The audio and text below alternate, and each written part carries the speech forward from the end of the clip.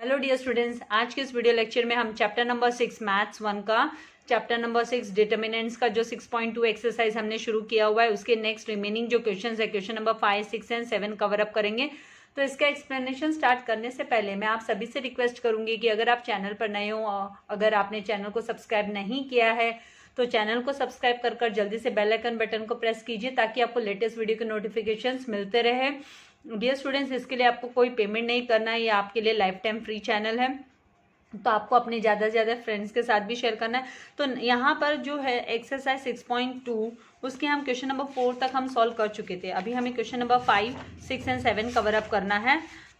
तो यहाँ अभी आप जो क्वेश्चन नंबर 5 है उसमें क्या बोला है कि विदाउट एक्सपैंडिंग, हमको एक्सपैंड किए बिना हमें डिटर्मिनेंट्स को शो करना है कि left hand side is equals to, this is the left part, ये जो लेफ्ट है left hand side is equals to right hand side हमको शो करना है। Left hand side is equals to, तो यहाँ पर हमारा जो एम है कि भाई राइट हैंड साइड के इक्वल, तो हम पिकअप कर लेंगे यहाँ से लेफ्ट हैंड साइड को उठाकर हम उसको सॉल्व करना शुरू करेंगे। यहाँ पे दो डिटर्मिनेंट्स दिए हुए हैं, तो दोनों डिटर्मिनेंट में first determinant and second determinant में हम ऑब्जर्व करेंगे कि भाई हम क्या चेंजेस करें कि हमें जो है राइट हैंड साइड की जो वैल्यूज है वो रिसीव हो जाए, ताकि हम इसको प्रूव कर सके कि भाई left hand side equals to right hand side है। तो सबसे पहले हमें क्या करना है, क्वेश्चन को नोट डाउन कर लेना है। क्वेश्चन लिखने के बाद में लेफ्ट हैंड साइड को हम जो है लिखेंगे, उसको ही हमें सॉल्व करना है, राइट हैंड साइड को सॉल्व करना नहीं है।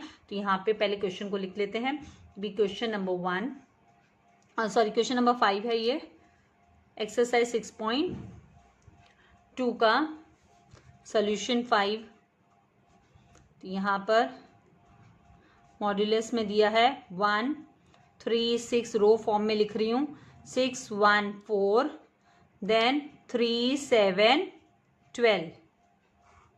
फर्स्ट डिटर्मिनेंट हो गया। In the second determinant plus sign के साथ सेकेंड डिटर्मिनेंट में जो वैल्यूज दिए हैं वो इस तरीके से है कि 2, 3, 3, then 2, 1, 2, then 1, 7, 6 is equals to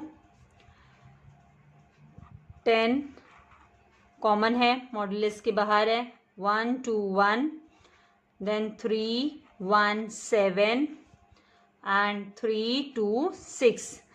तो यहाँ पर हमारा जो ऑब्जर्वेशन हमें क्या कहता है, देखिए यहाँ पर कुछ तो कुछ आपको देखना है कि कुछ कॉमन आपको दिखाई देता है क्या, कुछ कॉमन हम बना सकते हैं क्या। तो एक तो चीज़ यहाँ पर ये जो सेकेंड डिटर्मिनेंट है इसमें 2, 3, 6 जो है वो यहाँ पर राइट हैंड साइड में 2, 3, 6 थर्ड रो में दिया हुआ है, जो थर्ड कॉलम की वैल्यू है वो थर्ड रो में यहाँ पर दिया हुआ है। दूसरी चीज़ एक ये है कि अगर यहाँ पर ये 2, 3, 6 है, ठीक है, ये 2, 3, 6 है, और यहाँ पर भी अगर हम 2, 3, 6 में इसको कन्वर्ट करते हैं 6, 4 एंड 12, क्योंकि और कोई तो ऑप्शन में आप 2, 3, 6 में कन्वर्जन कर नहीं सकते हो फर्स्ट डिटर्मिनेंट में। तो फर्स्ट डिटर्मिनेंट में अगर हम यहाँ से 2 को कॉमन लेते हैं, जो थर्ड कॉलम दिया है हमें यहाँ पर ये C1, C2 एंड C3, तो C3 की जो वैल्यू है उसमें से अगर हम 2 कॉमन ले लेते हैं तो हम उसको लिख सकते हैं 3, 2, 6 फॉर्म में हम इसे लिख सकते हैं। तो सबसे पहले यही हम करेंगे, पहले लेफ्ट हैंड साइड को हम पिकअप कर लिख लेते हैं। Left hand side is equals to, यहाँ पर मॉड्यूलस में वैल्यूज हम लिखेंगे 1, 3, 6, 1, 4, 3, 7, 12, क्योंकि हमारा जो फॉर्मेशन होगा वो इसके जैसे सिमिलर आना चाहिए, तो उसी के लिए हमें दिमाग लगाना है, अपना माइंड यूज करना है। 2, 3, 3, 2, 1, 2 एंड 1, 7, 6। जैसे अभी हम यहाँ पर जानते हैं ये C1 है, ये C2 है एंड ये C3 है। सेकेंड डिटर्मिनेंट का जो C1 है, this is the C1, this is C2, this is C3, ठीक है। अभी यहाँ पर क्योंकि यहाँ पे ये जो C3 है 2, 3, 6, और यहाँ पर राइट हैंड साइड में ये रो में दिया हुआ है 3, 2, 6, तो अगर हम पॉसिबिलिटी है तो यहाँ पर भी हम 3, 2, 6 कर सकते हैं, कन्वर्ट कर सकते हैं। तो उसके लिए हमें क्या लिखना है, इन द फर्स्ट हम लिखेंगे in the first determinant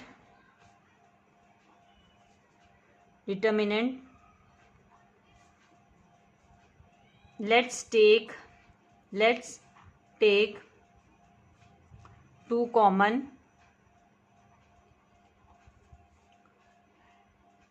from C3, क्योंकि C3 से जब हम 2 कॉमन ले लेंगे तो ये 3, 2, 6 हो जाएगा। तो यहाँ पर अभी नेक्स्ट स्टेप में जब आप लिखेंगे तो left hand side is equals to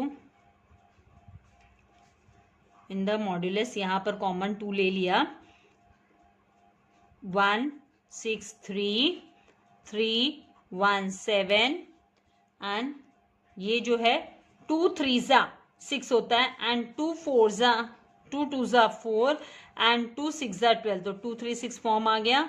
फिर प्लस 4 इन द मॉड्यूलस 2 3 3, ये एज इट इज पहले लिख लो, 2 1 2 then 1 7 6।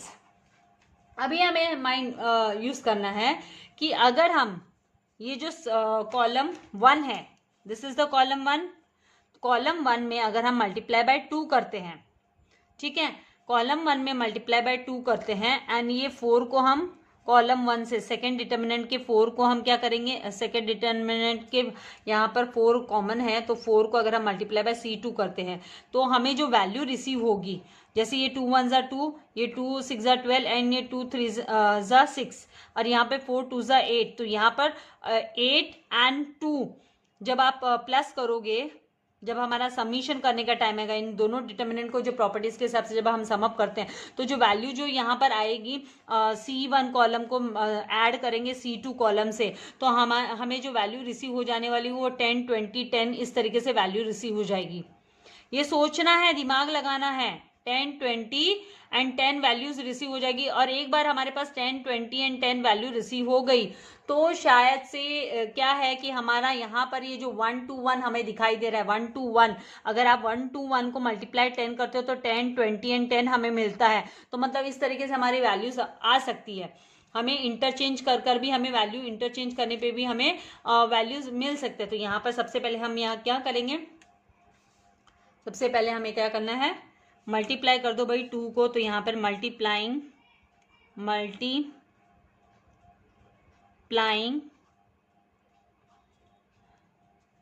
2 into C1 and 4 into C, यहाँ पर ये भी C1 है, सेकेंड डिटर्मिनेंट का C1 है ये C1, ठीक है।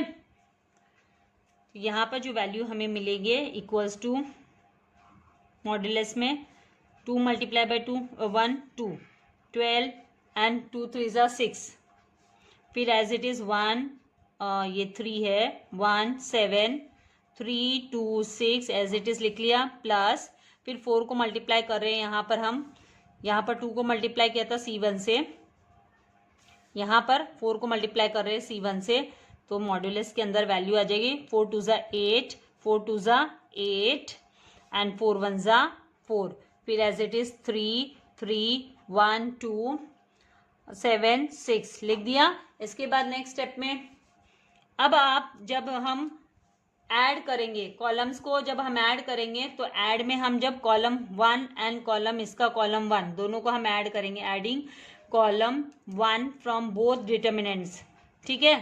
तो एडिंग, ये तो कॉमन है तो इनको ऐड नहीं करना, तो एडिंग, यहाँ पर हेडिंग लिख देती हूँ मैं ताकि आपको कॉन्सेप्ट क्लियर है, adding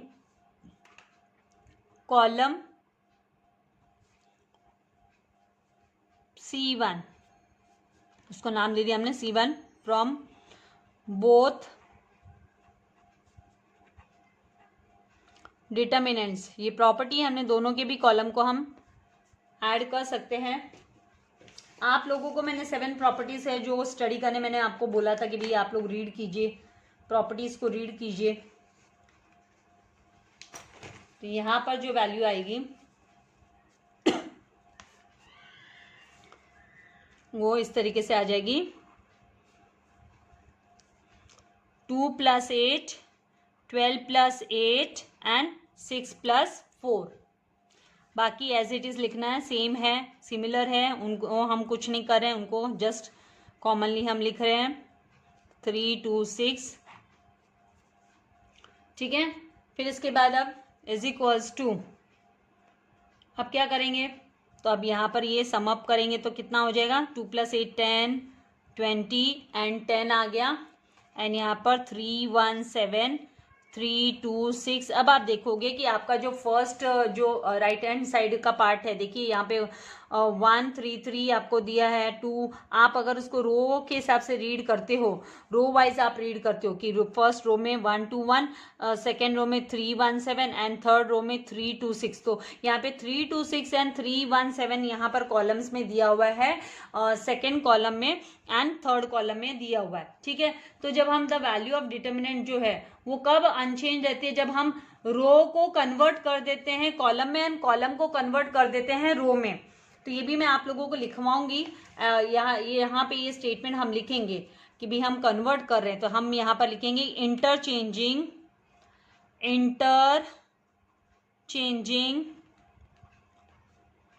rose and columns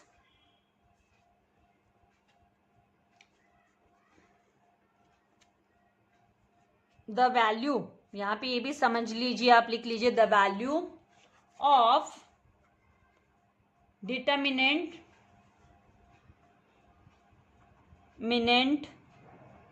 remains unchange, इसीलिए हम कर सकते हैं रिमेन्स अनचेंज्ड, इसीलिए हम यहाँ पर ये जो है आपकी प्रॉपर्टी नंबर 1 आपको स्टडी करना है। प्रॉपर्टी 1 के अकॉर्डिंग हम जा रहे हैं। प्रॉपर्टी 1 में बोला है कि अगर आप जो डिटर्मिनेंट की वैल्यू अनचेंज रहती है, उसमें कोई चेंजेस नहीं आता है, अगर आप रो को टर्न कर देते हो इनटू कॉलम्स एंड कॉलम को टर्न कर देते हो इनटू रोज, तो यहाँ पे ये जो कॉलम है ये C1 है, ये C2 है, ये C3 है, तो इस C1 के बदले हम क्या लिख देंगे, C1 को हम R1 में लिख देंगे, C1 को हम R1 में, मतलब यहाँ पर हम इंटरचेंज कर रहे हैं।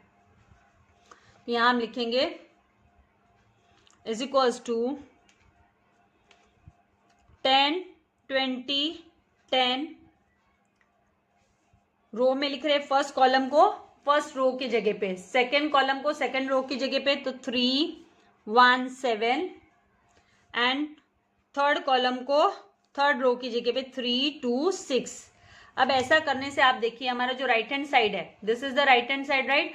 तो जो राइट हैंड साइड है, राइट हैंड साइड का वैल्यू जो है वो अभी 317 एंड 326 हमें यहाँ पर दिखाई दे रहा है, 317 एंड 326 दिखाई दे रहा है, और यहाँ पर 10 कॉमन है, तो यहाँ से हम 10 कॉमन लेंगे, यहाँ से रो 1 से, this is row 1, this is row 1, row 1 से हम 10 को कॉमन ले सकते हैं। तो इसके लिए हम लिखेंगे कि टेकिंग, यहाँ पे लेफ्ट हैंड साइड है ये, तो left hand side is equals to taking 10, heading लिख देंगे टेकिंग 10 कॉमन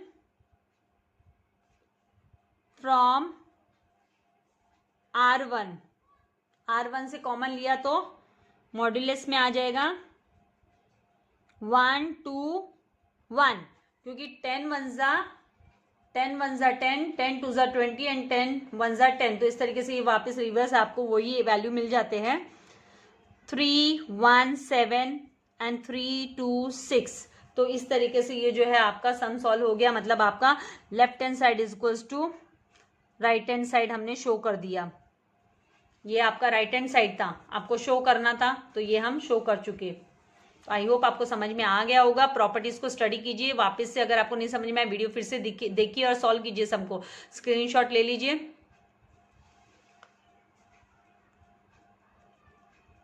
इनमें क्या है, अपना दिमाग लगाना है भाई, हम कैसे लेकर आ सकते हैं। आती तो है ही वैल्यू, थोड़ा सा माइंड यूज करना होता है कि भाई क्या कॉमन है क्या अनकॉमन है, कौन सी प्रॉपर्टी यूज करने पे क्या हमें रिसीव हो सकता है। हो गया। अभी नेक्स्ट हम जो है क्वेश्चन नंबर 6 पर मूव करेंगे, तो उसका सोल्यूशन नंबर 6। देखो कॉन्सेप्ट्स तो क्या है कि जितना आप प्रैक्टिस करोगे उतने आपके जो डाउट्स भी है वो क्लियर होते जाएंगे और इजी भी लगेंगे आपको। सम्स के अगर ऐसे सिमिलर काइंड के सम्स आते हैं तो आप आराम से कर सकोगे। अभी यहाँ पे विदाउट एक्सपैंडिंग ही बोला है आपको, determinants find the value of, आपको वैल्यू फाइंड आउट करनी है। तो फर्स्ट क्वेश्चन यहाँ पे 10 12 15 57 64 78 एंड 107 हाँ 124 एंड 153 दिया है, तो ये हमको क्वेश्चन नोट डाउन कर लेना है। उसके बाद में अपना दिमाग लगाना शुरू करना है। भाई एक्सपैंड करने के लिए मना किया है, बिना एक्सपैंड किए ही यहाँ पर करना है। तो दिस इज द क्वेश्चन आपका मॉड्यूलस में आप लिखेंगे 10 12 वर्टिकल फॉर्म में लिख रही हूँ, कॉलम फॉर्म में 10 12 15 देन 57 64 78 देन 107 124, 153। तो यहाँ पर हम बोलेंगे कि भाई this is the determinant, so let D is equals to 10, 12, 15, 57, 64, 78, 107, 124, 153। अब यहाँ पर क्या करें कि हमको वैल्यू रिसीव हो जाए। एक काम हो सकता है सोचने पर कि क्या हमें ये 10 दो रो एक जैसे बना सकते हैं क्या, हम पॉसिबिलिटी है क्या कहाँ पर दो रो एक जैसे बन जाए। तो उसके लिए दो रो एक जैसे बनाने के लिए यहाँ पर जो बड़े नंबर्स दिए हैं जरा उन पे दिमाग लगाएंगे कि यहाँ पे 107 दिया और यहाँ पे 57 दिया है। ठीक है, तो अगर 107 माइनस आप 57 करते हो तो आपको 50 रिसीव होगा, एंड 124 माइनस आप 64 करते हो तो आपको 60 रिसीव होगा, एंड 153 माइनस आप 78 करते हो तो आपको क्या होगा 75 रिसीव होगा। फिर उसके बाद पॉसिबिलिटीज है कि आप है ना कुछ कॉमन लेकर आप दो रो को इक्वल कर सको और दो रो या दो कॉलम इक्वल कर सको। अगर आपने रो वाइज किया है कॉलम वाइज, अभी रो वाइज तो वो काफी अलग हो जाएगा, डिफिकल्ट होगा। यहाँ पे कॉलम वाइज करने पे हमारे को क्या है दो कॉलम अगर एक जैसे मिल जाते हैं तो हम क्या कर सकते हैं वैल्यू को जीरो ले सकते हैं, डिटर्मिनेंट की वैल्यू जीरो आ जाएगी। तो यहाँ पर वही हम अप्लाई करने वाले कि अप्लाइंग C3 को हम छोटा बना रहे हैं तो applying C3 implies to C3 minus C2। अभी यहां पर आप बोलोगे मैं C1 this is C2 and this is C3। ठीक है, तो ये दोनों तो वैल्यू सेम रहने वाली है, तो हम इधर लिख लेते हैं कि D इज इक्वल्स टू, इनको एज इट इज पहले लिख दो 10, 12, 15, देन 57, 64 एंड 78, एंड उसके बाद में ये जो है 107 आपका, मैं यहाँ पे या तो स्टेप आप कर सकते हो साइड में कि 107 माइनस आप 57 करोगे, राइट। तो आपको जो वैल्यू रिसीव होगी वो होगी 50, दैट वैल्यू विल बी 50, क्योंकि 107 में से 57 माइनस करने पे आपको 50 रिसीव होने वाला है, 50। उसके बाद में आपका जो नेक्स्ट है 124 माइनस आप 64 करते हो तो यहाँ पे 60 आ जाएगा आपका, एंड फिर आप 153 माइनस मतलब 78 करते हो तो यहाँ पर 75 आ जाएगा। अब ये जो 50, 60 एंड 75 है ये मल्टीपल्स ऑफ क्या है 5 है, तो 5 10 50 होता है, 5 12 60 होता है, 5 15 75 होता है। तो देखिए अब आपको दो जो कॉलम है वो सेम मिलने वाले हैं, अलाइक कॉलम्स मिलने वाले हैं यहाँ पर। तो अब हम क्या करेंगे नेक्स्ट स्टेप में हम कॉमन लेंगे, ये जो 50, 60, 75 है इसमें 5 जो है वो कॉमन आ जाएगा। तो यहाँ डिटर्मिनेंट्स के बाहर कॉमन को ले लिया, 5 को कॉमन ले लिया, तो यहाँ पे 10, 12, 15 यहाँ पे कोई चेंजेस नहीं हो रहा है। यहाँ पे आपको लिखना है कि टेकिंग 5 कॉमन फ्रॉम C3 से, दिस इज आपका C3, तो बाकी C2 and C1 as it is रहेगा। तो C3 से कॉमन 5, ये जो 5 है इनको तो इसको 5 को एक्चुअली थोड़ा मिडल में लिखने का बेटर रहता है, बात करते करते यहाँ वहाँ लिख देते हैं ना 5। यहाँ पर अभी 5 10 50, 5 12 60 होता है, एंड 5 15 75 होता है। तो कुछ तो आपको ऐसा क्वेश्चन दिया है तो भाई कुछ तो आपको कॉमन वॉमन निकालने के लिए मिलेगा, ऐसा नहीं मिलेगा। अब ये दो C1 एंड C3 जो है आपका, C1 एंड C3 आपका अलाइक आ गया, आइडेंटिकल आ गया, तो इस मॉड्यूलस की जो इस डिटर्मिनेंट की वैल्यू है वो 0 आ जाएगी। तो इसके लिए आपको लिखना है इज इक्वल्स टू, यहाँ पर ये D is equals to, better है सामने सामने हो, थोड़ा मिडल में रहता है। तो नाउ यहाँ पर हम लिखेंगे D is equals to modulus में, ये मॉड्यूलस की तो वैल्यू यहाँ पर आ जाने वाली है कि भाई ये मॉड्यूलस की जरूरत भी नहीं है अभी आपको, क्योंकि 5 एंड इन द ब्रैकेट आप 0 लिख दोगे, क्योंकि इसकी जो वैल्यू वो 0 बन जाती है, क्योंकि यहाँ पे आइडेंटिकल है। तो इसका रीजन हम यहाँ पे लिख देंगे, since C1 and C3 are identical,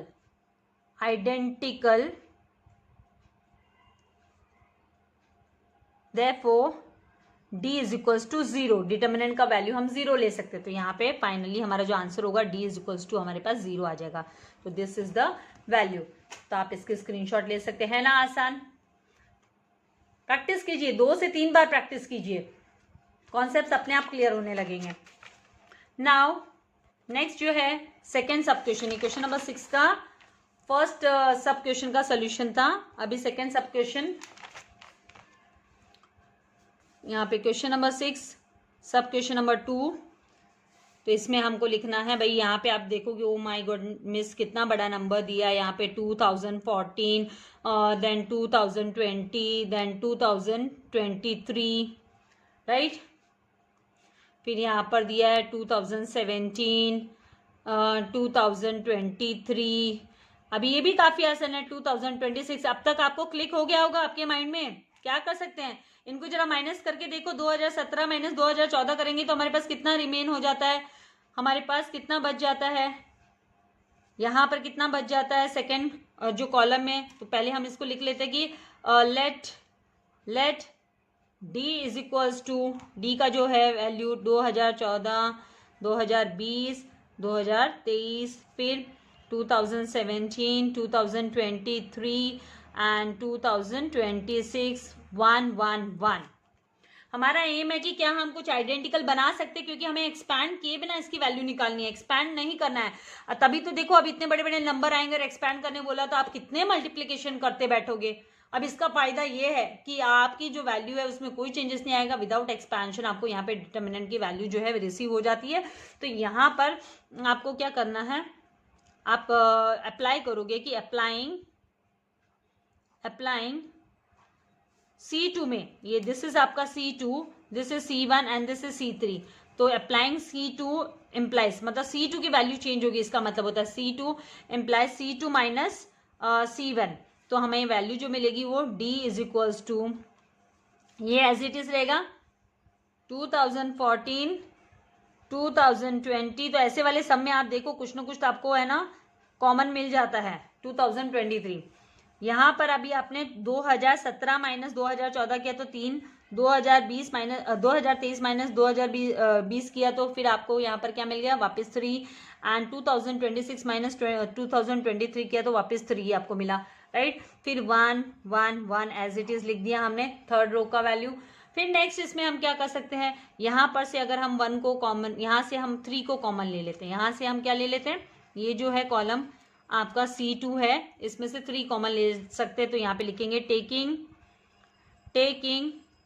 3 common लेना है हमें फ्रॉम C2।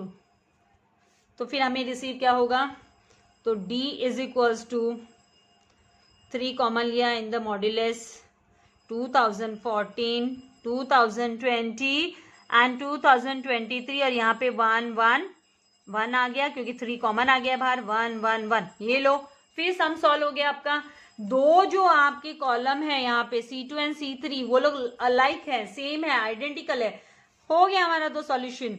यहाँ पे 3 इन द ब्रैकेट 0 लिख देंगे, and since C2 and C3 जो है आर आइडेंटिकल, ये आइडेंटिकल है, ये प्रॉपर्टी है इसकी, आपको 7 प्रॉपर्टीज जो है वो पढ़ने हैं, आइडेंटिकल है।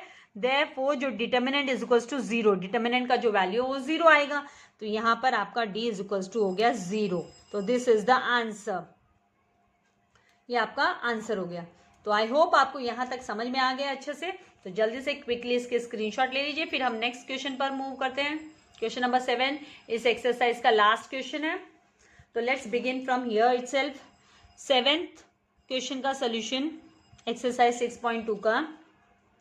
यहाँ पर भी आपको सब क्वेश्चंस दिए हैं, सब क्वेश्चन नंबर 1 एंड 2 बहुत आसान है, इतना सारा देकर टेंशन लेने की जरूरत नहीं। विदाउट एक्सपेंडिंग बोला है, प्रूव करना है आपको।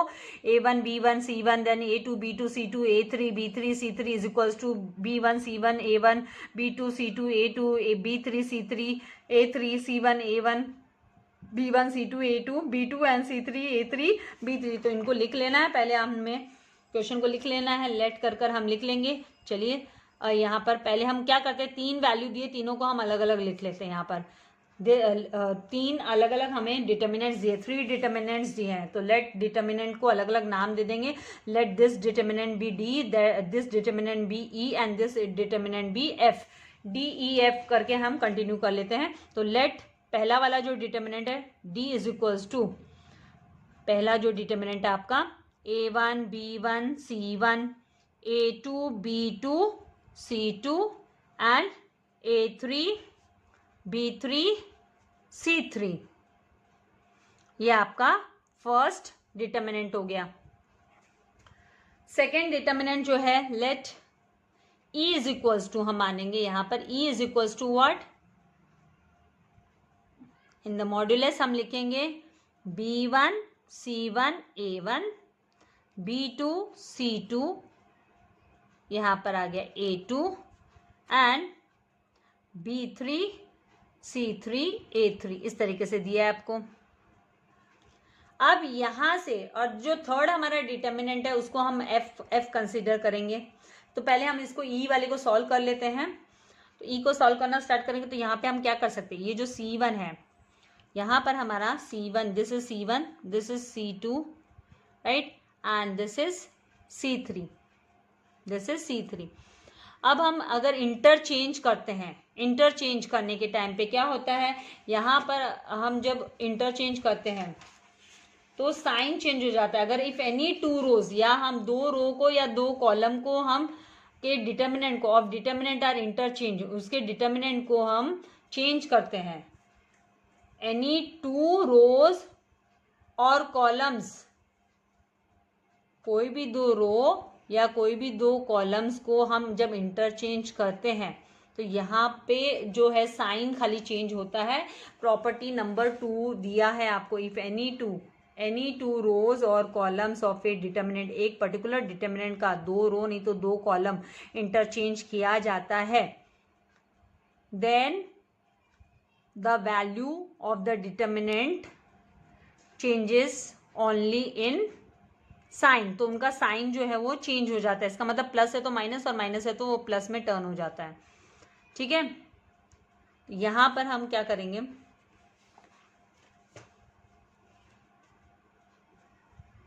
यहां पर हमें क्या करना है, सबसे पहले इंटरचेंज C1 को हम C2 से इंटरचेंज कर लेते हैं, C1 को C2 से इंटरचेंज कर लेते हैं, और फिर उसके बाद में हमारा जो C1 आएगा, यहाँ पर C1 C2 इस तरीके से आ जाएगा, यहाँ पर C1 C2 C3 आ जाएगा। तो उसके बाद में हम क्योंकि यहाँ पे दो चेंज होने वाला है, दोनों चेंज मतलब इसको हमको यहाँ लाना है, तो हम डायरेक्टली यहाँ लाकर कोई फायदा नहीं। आप बोलोगे मैं C1 को इंटरचेंज क्यों नहीं करें हम C3 से, तो ये आपका B1 जो है वो लास्ट में पहुंच जाएगा। बात तो वही है, ये लास्ट में पहुंच जाएगा, इसको तो हमें मिडल में लाना है। क्यों? क्योंकि हमारा जो एक जो डी दिया है, जो मेन डिटर्मिनेंट है, उसमें B1 मिडल में है, तो हमें मिडल में B1 चाहिए। तो पहले इन दोनों को इंटरचेंज कर लो, फिर बाद में ये जो फर्स्ट बन जाएगा ये, उसको फिर C3 से इंटरचेंज करना है। तो पहला काम क्या करते हैं, इसको मिडल में लेके आते हैं। तो मिडल में लेके आने के लिए हमें interchanging C1 interchange with C2, तो उस समय पर आपको साइन भी चेंज करना है। तो यहाँ पर हम लिख लेते हैं, प्रॉपर्टी को जरा लिख लेते हैं। इफ एनी, अगर कोई भी, इफ एनी टू रोज, ये प्रॉपर्टी नंबर आपकी 2 है, प्रॉपर्टी नंबर 2, जो पेज नंबर आपको पेज नंबर 84 पे दिया है, पेज 84 पे। ठीक है, तो यहां पर हमें क्या करना है, इफ एनी टू रोज और कॉलम्स, तो यहां पर हम कॉलम्स को इंटरचेंज करेंगे, लेकिन हम लिख लेते हैं प्रॉपर्टी को, कॉलम्स ऑफ ए डिटर्मिनेंट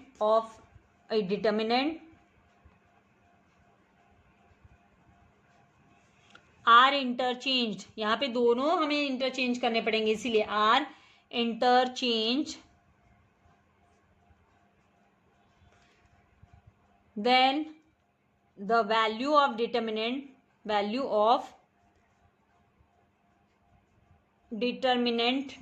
की जो वैल्यू होगी, चेंजेस ओनली इन साइन, तो साइन उनका चेंज हो जाएगा, प्लस है तो माइनस, माइनस है तो प्लस। तो यहां पर C1, applying C1 interchanges with C2। तो हमारा C2 जो है E इज इक्वल्स टू, हम माइनस पहले, क्योंकि साइन चेंज होना है बोला, इसलिए माइनस साइन लगा दिया, वो प्लस वाले डिटर्मिनेंट चल रहे थे तो माइनस, फिर यहां पर हमने लिख दिया C1 C2 C3। ये जो C2 है ना, इसको हम पहले लिख रहे हैं और C1 को बाद में लिखेंगे। यहाँ पर आ जाएगा फिर B1 B2 B3 and last में A1 A2, ये तो एज इट इज़ है अभी फिलहाल A3। अब क्या है, हमें तो ये स्टार्टिंग में चाहिए क्योंकि जो ओरिजिनल हमारा डिटर्मिनेंट है वो A1 B1 C1 A1 B1 C1 इस तरीके से, आप इस तरीके से देख लो। भले रो वाइज भी ले सकते थे, इसको रो के हिसाब से भी बोल सकते थे। मैंने कॉलम के हिसाब से थोड़ा सा इजी लगता है तो कॉलम के हिसाब से क्विकली हम ले सकते। तो हमको अभी ए को स्टार्टिंग में लाना है, तो ए को स्टार्टिंग में लाने के लिए इसको क्या करना पड़ेगा, फिर है ना, ये जो है C1 बन गया। अब ये आपका कॉलम 1, ये कॉलम 3 एंड ये कॉलम 2 है।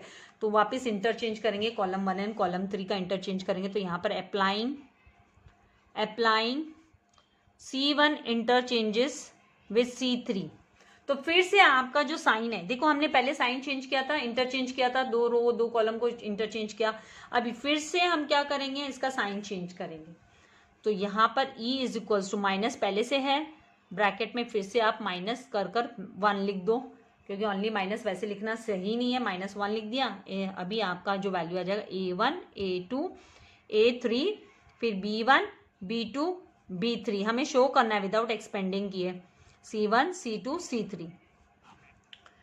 अब ये प्लस हो गया तो आपका जो E है, E डिटर्मिनेंट है, उसकी वैल्यू आ गई A1 A2 A3 B1 B2 B3। है ना आसान, एकदम सिंपल है, C2 C3। तो ये एक तो आ गया, मतलब D के इक्वल में E भी आ गया, हमने इसकी वैल्यू लेकर आ गए। अभी हम नेक्स्ट जो है एक और डिटर्मिनेंट जो हमें दिया हुआ है, थर्ड डिटर्मिनेंट, बिकॉज ऑल 3 को हमें इक्वल टू दिखाना है ना। तो यहाँ पर जो नेक्स्ट दिया है ये वाला, इसको हम F कंसिडर कर लेंगे, दिस इज F कर। और सेम प्रोसीजर इसके लिए भी करना है। तो यहाँ पे लिख लेते हैं let F is equals to, and modulus के अंदर लिख लेना है C1 C2 C3। यहाँ A1 A2 A3 दिया है क्वेश्चन में, एंड B1 B2 B3 दिया है, ठीक है। नाउ अब क्या करेंगे, इस A1 को यहाँ पर लाना है, A1 A2। तो हम ये जो हमारी जो यहाँ पर जो डिटर्मिनेंट्स में C1 मतलब कॉलम 1 कॉलम 2 एंड कॉलम 3 दिया, तो पहले कॉलम 1 एंड कॉलम 2 को हम इंटरचेंज कर लेते हैं।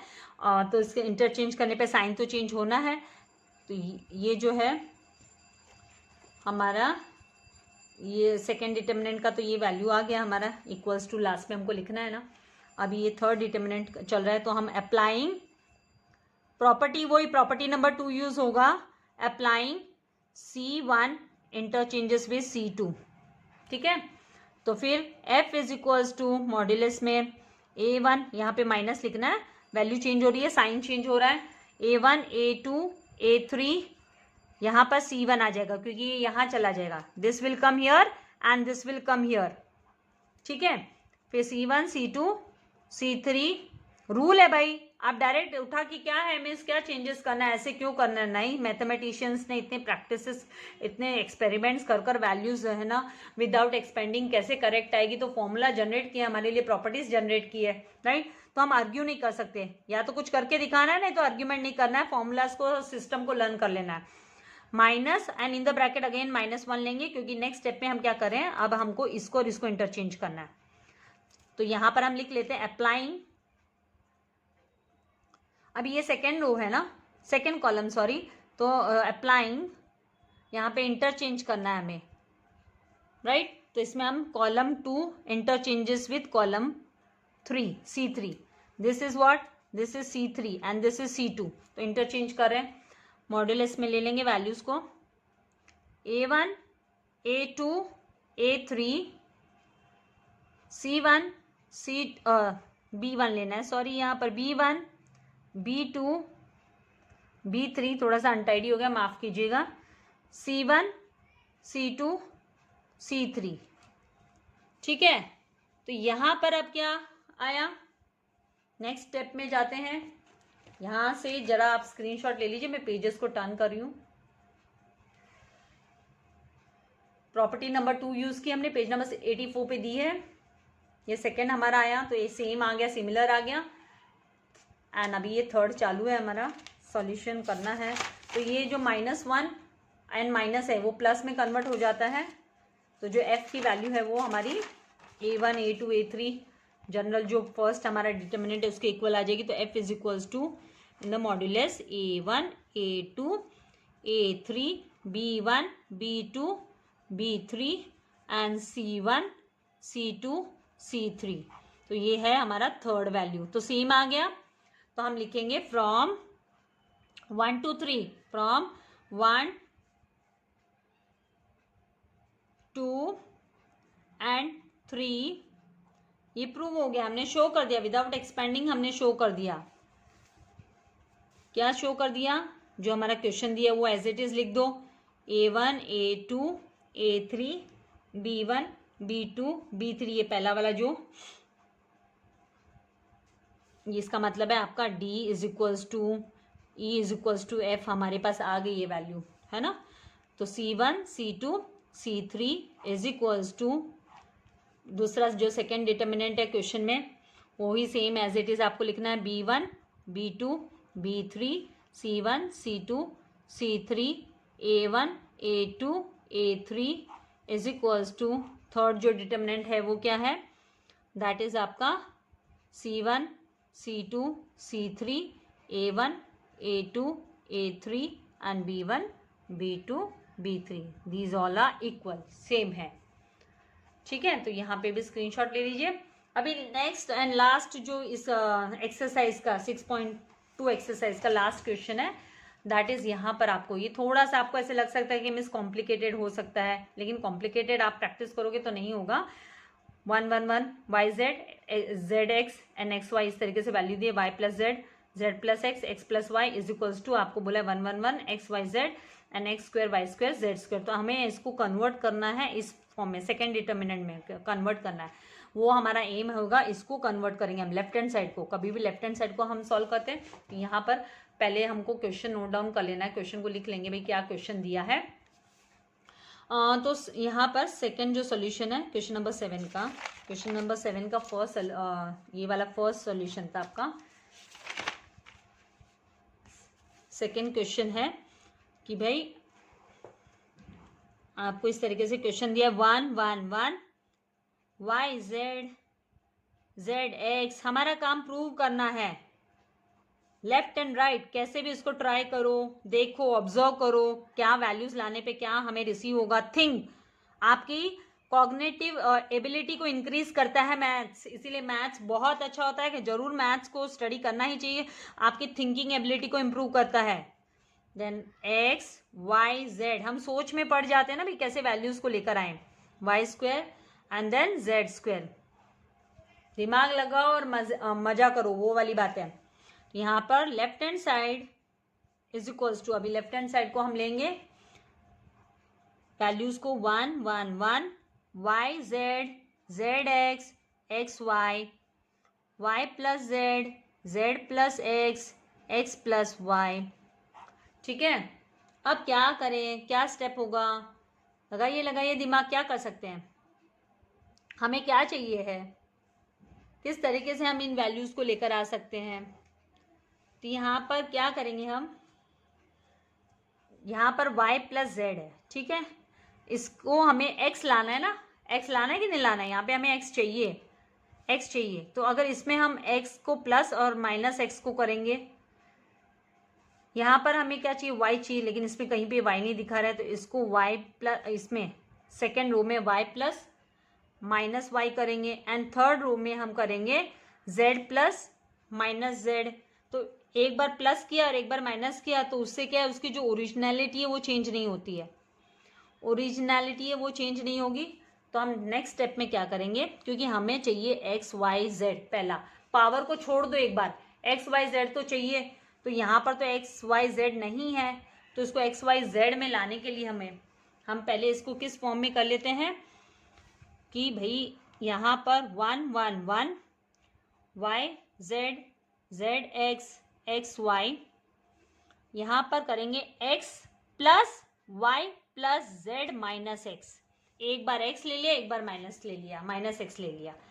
एक बार प्लस एक्स, एक बार माइनस एक्स। अगर इन दोनों को कैंसिल करते हैं तो पीछे वापस आपको y प्लस जेड मिल जाता है। तो ओरिजिनलिटी नहीं चेंज हुई।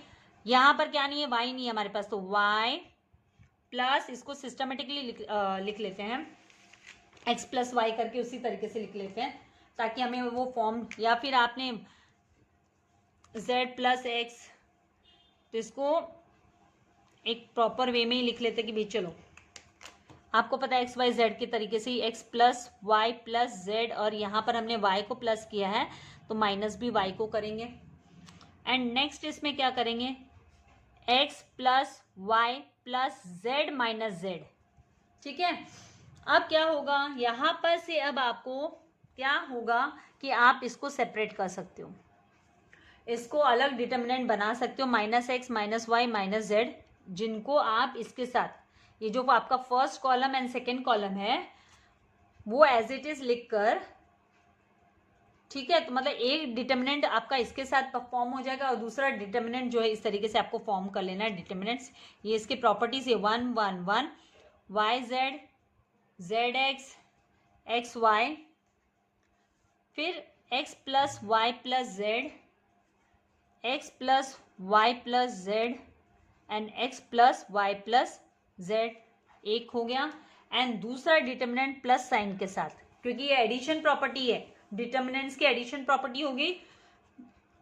आप एक कॉलम को आपने यहाँ पर सेपरेट कर रहे हो, इस कॉलम को सेपरेट कर रहे हो, इन दोनों कॉलम को आपको एज इट इज रखना है, दूसरे पार्ट में भी as it is 1 1 1 Y Z Z x x y, addition property के हिसाब से यहाँ पर माइनस एक्स माइनस वाई, क्योंकि इनको अलग ला रहे हैं हम, एंड माइनस जेड आ गया।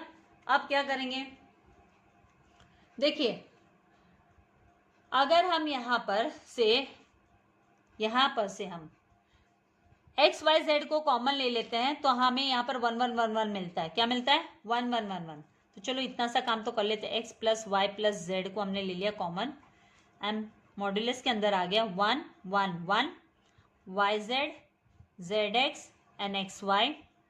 ठीक है, यहाँ पे 1 1 1 आ गया, एंड ये वैल्यू एज इट इज हमने लिख ली 1 1 1 Y Z Z x x y, यहाँ पर minus x minus y minus Z.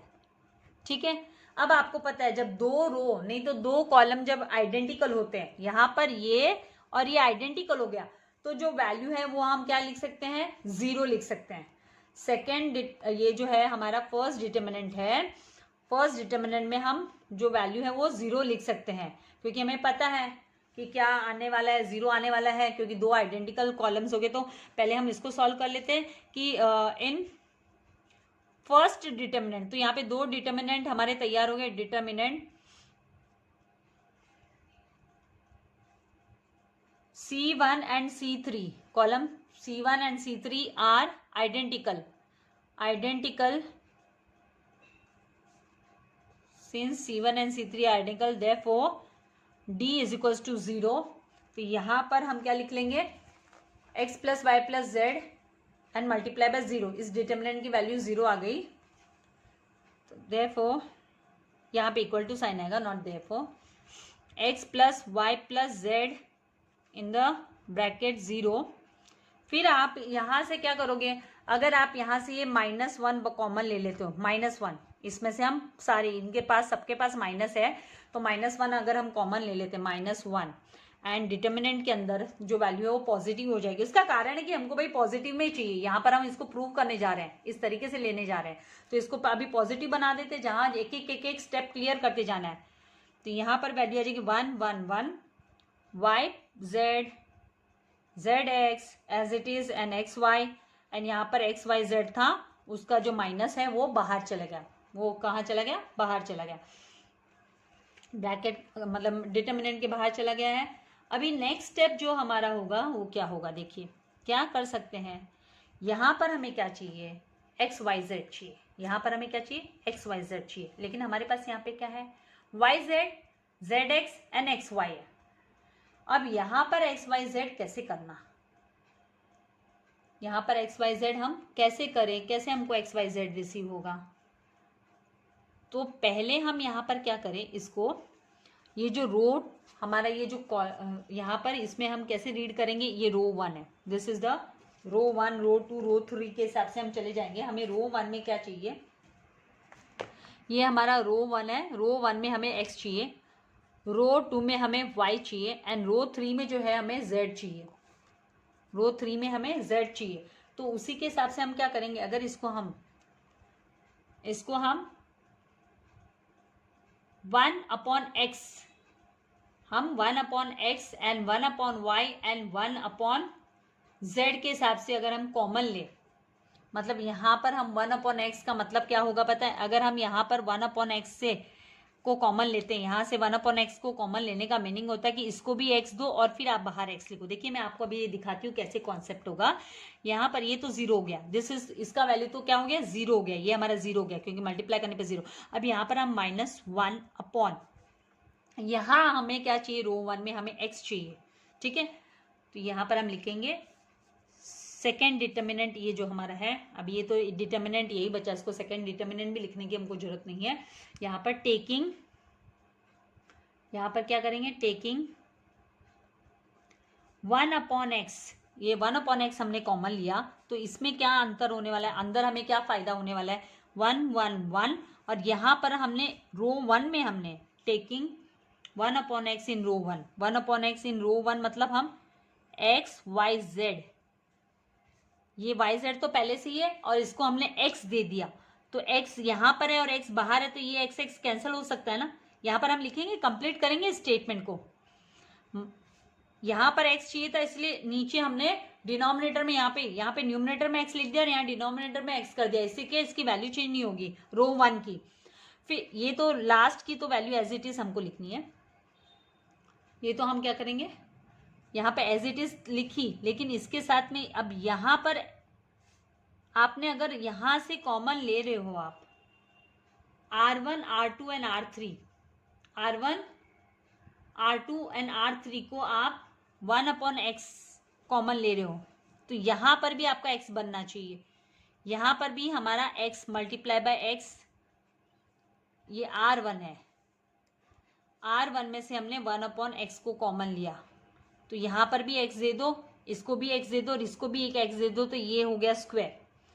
फिर R2 जो है, R2 को आप 1/y दो, 1/y, क्यों, क्योंकि हमें यहाँ पे y स्क्वायर में कन्वर्ट करना है, इसको y स्क्वायर में करना है, तो इसको हमने 1/y दिया, तो यहाँ पर y स्क्वायर हो जाएगा, और यहाँ पर क्या है, zx ही है, तो x y z यहाँ पर आ गया, और यहाँ पर भी मल्टीप्लाई बाय y हो जाएगा। ये कॉन्सेप्ट समझाने के लिए देखिए आप लोगों को।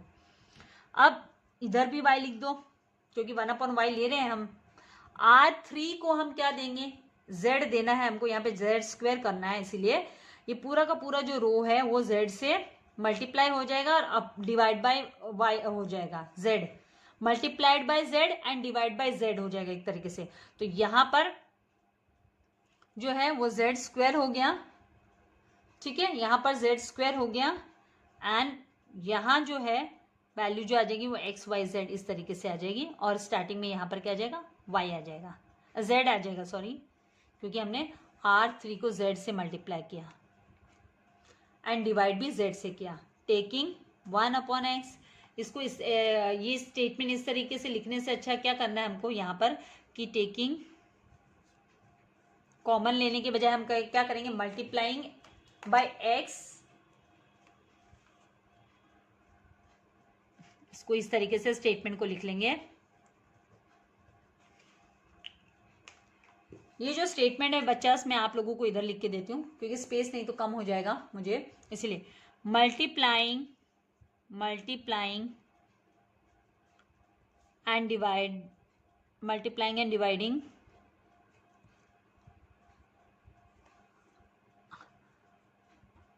R1 R2 एंड R3, ठीक है, multiplying and dividing R1 R2 and R3,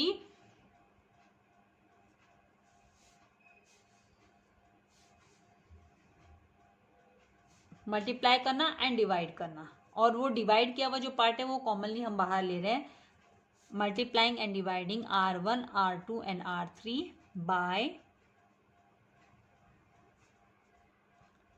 x comma y comma z respectively.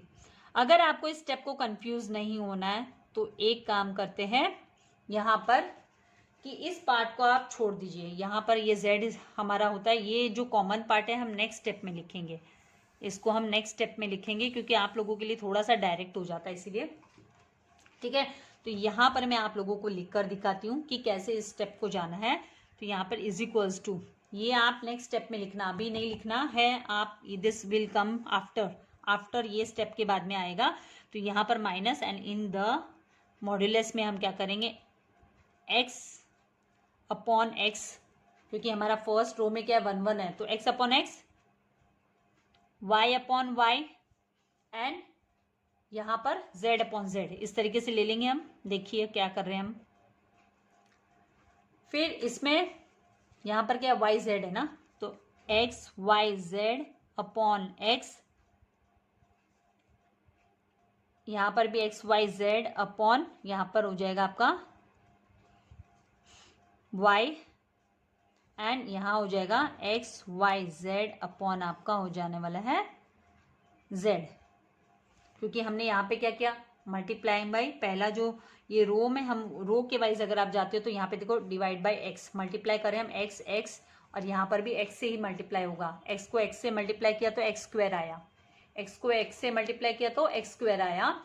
फिर हम इस पूरे रो को जब हम y से मल्टीप्लाई करते हैं और डिवाइड बाय y करते हैं तो y upon y and x z, यहाँ पर पहले से ही था y अपॉन वाई एंड यहाँ पर y स्क्वायर होता है। एंड फिर जो थर्ड रो है उसको हम multiply and divide by z करते हैं तो ये z स्क्वायर हो जाने वाला है एंड बाकी के जगह पे हम z upon z and x y z upon z लिख देंगे।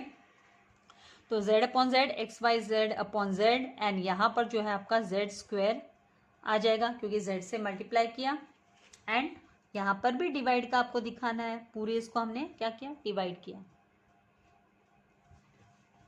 पूरे इसको हमने डिवाइड किया। यहाँ पर x होगा, सॉरी क्या है, डायरेक्ट स्टेप से आपको डिफिकल्टी होगी कॉन्सेप्ट को समझने के लिए, इसीलिए इस तरीके से यहाँ पर y। ठीक है, तो ये आपका एक स्टेप हुआ और यहाँ से बाहर आपका जो है वो माइनस का साइन है, इस डिटर्मिनेंट के बाहर जो है वो माइनस का साइन है। अब यहाँ से आप देखिए, इसमें से पूरा आप जो है यहाँ से हम 1 अपॉन एक्स को यहाँ पर फर्स्ट रो से बाहर ले जाएंगे, सेकेंड रो से हम y को बाहर ले जाएंगे एंड थर्ड रो से हम z को बाहर ले जाएंगे। तो इसको हम कैसे लिखेंगे, ये सब डिनोमिनेटर में, ये सब कहाँ है, डिनोमिनेटर में है। तो हमारा जो लिखने का स्टेप होगा वो इस तरीके से होगा। यहाँ पर अब हम लिखेंगे क्या, -1 अपॉन एक्स वाई जेड। तो यहाँ हमारे पास क्या रह जाएगा मॉड्यूलस में, x y z, यहाँ पर x y z and x y z and यहाँ पर x square y square and z square. लेकिन हमें वैल्यू क्या चाहिए, हमें राइट हैंड साइड के प्रूव करना है, मतलब हमें क्या प्रूव करना है, यहाँ पर 1 1 1 x y z and x square y square z square, इस तरीके से हमें प्रूव करना है इसको, राइट। तो अब हम क्या करेंगे, अब यहां पर ये जो एक्स वाई जेड है कॉलम वन, ये कॉलम 2 एंड कॉलम 3, तो taking column 2 that is C2 common ले लिया, तो ये जो है यहाँ न्यूमरेटर में आएगा -x y z upon x y z and modulus में आ जाएगा आपका x y z 1 1 1 x square y square z square. तो समहाउ आपकी जो वैल्यू है वो थोड़ी सी सेम आ रही है ना, पूरी की पूरी नहीं आ रही है। आपको चाहिए 1 1 1 x y z x square y square z square. तो यहाँ पे जो कॉलम 2 में एक्स वाई जेड दिया है एंड कॉलम 1 में 1 1 1 दिया है, और यहाँ पे क्या हो गया, कॉलम 2 में 1 1 दिया है, कॉलम 2 में 1 1 दिया है, कॉलम 1 में XYZ दिया है। तो हमको बाद में तो वो इंटरचेंज करना है, हम रो में इंटरचेंज करेंगे तो हम साइन को चेंज कर सकते हैं, राइट। हम साइन में इंटरचेंजेस कर सकते हैं यहाँ पर, बराबर है ना। तो यहाँ पर अब हम क्या करेंगे, इज इक्वल्स टू माइनस ये XYZ 1 जा XYZ हो गया तो -1 बच गया, एंड मॉडुलस में जो वैल्यू होगी वो हमारी क्या होगी, XYZ 1 1 1 x square y square and z square. अब क्या करेंगे भाई, ये जो है हमारा C1 एंड C2, इनको इंटरचेंज कर लेते हैं। C1 को C2 की जगह पे लिख देते हैं, C2 को C1 की जगह पे लिख देते हैं, तो उससे ये जो हमारा माइनस का साइन है ना, ये प्लस में कन्वर्ट हो जाने वाला है। क्योंकि जब हम दो रो को या दो कॉलम को इंटरचेंज करते हैं, जो प्रॉपर्टी 2 है वो आपको यहाँ पर अप्लाई करनी है, प्रॉपर्टी 2 को अप्लाई करना है, तो ये जो माइनस है वो प्लस में कन्वर्ट हो जाएगा, राइट। तो प्रॉपर्टी 2 को अप्लाई करेंगे तो यहाँ पर हम लिखेंगे इंटरचेंजिंग, अप्लाइंग, इंटरचेंज का साइन है ये C1, ये डबल एरो जो है वो इंटरचेंज का साइन है, दिस इज इंटरचेंजिंग, इंटरचेंजिंग,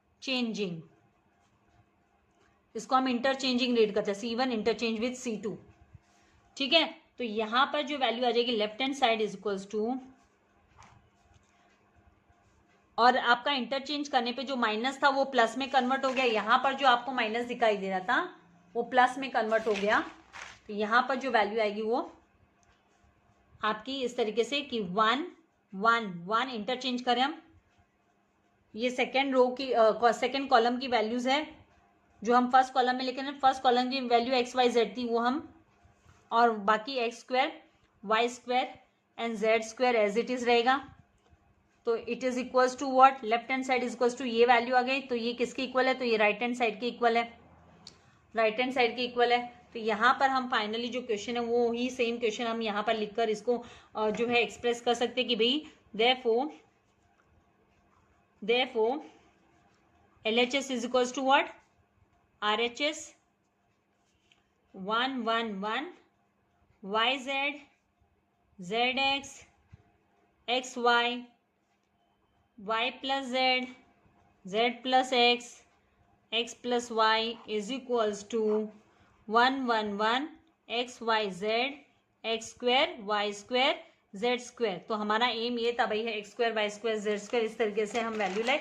तो यहाँ से खाली थोड़ा सा ये जो स्टेप है ये हमारा नेक्स्ट स्टेप, यहाँ पर स्टेप ये कवर अप हुआ है, ये जो स्टेप है ये आपको लिखने की भी जरूरत नहीं है, आप यहीं से लिखो कि यहाँ से आप पहले स्क्रीनशॉट ले लीजिए और कॉन्सेप्ट को समझिए। नहीं समझ में आता है फिर से आप है ना वीडियो को देखिए, जरूर समझेगा। फर्स्ट जो डिटर्मिनेंट है वो सेम होने पर, दो डिटर्मिनेंट अगर सेम होते हैं, डिटर्मिनेंट में दो कॉलम या दो रो आइडेंटिकल होते हैं तो वैल्यू जो डिटर्मिनेंट की 0 आ जाती है, इसलिए फर्स्ट डिटर्मिनेंट 0 में कन्वर्ट हो गया तो यहीं पे 0 हो गया। एंड फिर यहाँ से हमारा काम है कि भाई हम यहाँ पर x स्क्वायर लाएं, यहाँ पर y स्क्वायर लाएं, यहाँ पर z स्क्वायर लाएं।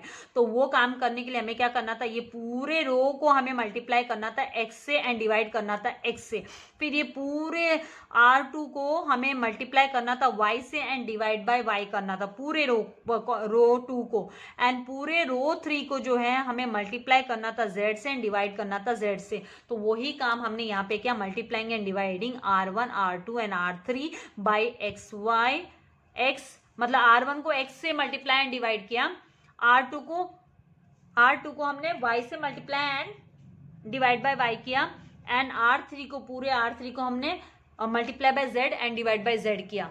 तो हमें ये पूरा डिटर्मिनेंट मिला, ये पूरा डिटर्मिनेंट। यहाँ पे ये माइनस तो इसकी वजह से -1 जो था इसकी वजह से ये माइनस यहाँ पर है, और ये पूरा जो डिटर्मिनेंट हमें नया मिला x, और ये मैंने आपको करके दिखाया है, डायरेक्ट नहीं है, ये करके दिखाया कि भाई आप पूरे को मल्टीप्लाई कर रहे हो x से एंड डिवाइड कर रहे हो x से, तो इसके डिनोमिनेटर में सब जगह x आएगा और इन सब में x एक एक्स्ट्रा x बन जाएगा। तो यहाँ पे एक्स्ट्रा बनने पे x स्क्वायर हो गया, और यहाँ पे x आ गया, और यहाँ पे भी x आ गया। फिर यहाँ पर पूरे को y से मल्टीप्लाई किया एंड डिवाइड बाय y किया, फिर यहाँ पर क्या किया, पूरे को मल्टीप्लाई बाय z किया एंड डिवाइड बाय z किया, थर्ड रो को। फिर उसके बाद हमने क्या किया, ये जो यहाँ पर हमारे पास यहाँ पर जो ये XYZ कहाँ से आया, फिर से आपको बता रही हूँ ये XYZ कहाँ से, यहाँ पे पूरे x कॉमन है ना, एक बार इसको बाहर ले लिया, फर्स्ट रो से x को कॉमन ले लिया बाहर, -1/x को, मतलब माइनस तो पहले से था, 1/x को कॉमन ले लिया रो 1 से, 1/y को कॉमन ले लिया रो 2 से, एंड 1/z को कॉमन ले लिया रो 3 से। ठीक है, उसके बाद हमारे पास अंदर वैल्यू हो गई एक्स वाई जेड, क्योंकि यहां से एक्स वाई जेड और ये x y z and x square y square and z square हमारे पास वैल्यू रह गई। फिर हमने ना कॉलम 2 जो है, दिस इज द कॉलम 2, ये जो है कॉलम 2 है, कॉलम 2 में हमने क्या किया, ये एक्स वाई जेड को कॉमनली बाहर ले लिया।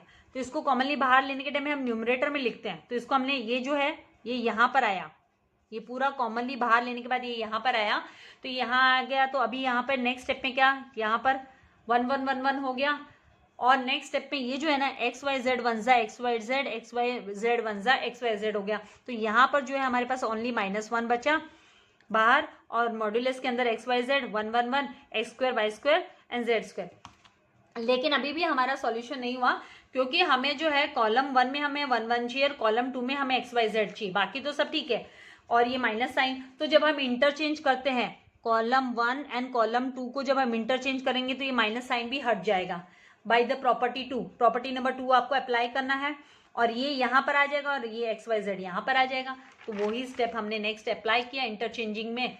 तो यहाँ पे it changes, only sign will change, only sign of the determinant. तो पहले से हमारे पास माइनस साइन था, इसलिए चेंजेस इंटरचेंजिंग के टाइम पे। ठीक है, तो वो जो माइनस साइन था वो प्लस में कन्वर्ट हो गया, और हमारी जो वैल्यू भी इंटरचेंज हो गई, तो हमारा left hand side equals to right hand side आ गया। तो इस तरीके से हमारा आंसर आ गया। तो आई होप आपको कॉन्सेप्ट अच्छे से क्लियर हो गया है।